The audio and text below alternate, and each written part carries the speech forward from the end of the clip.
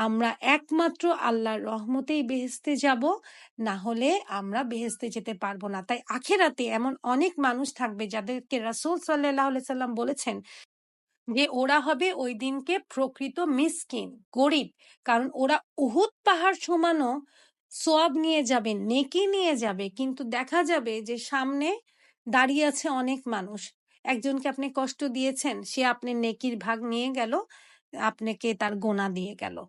আপনি কারো গীবত করেছেন, কাউকে অপমান করেছেন, অপবাদ দিয়েছেন, এমন অপবাদ অপমান যেটা সে করেনি, যেটা আর যোগ্য সে না।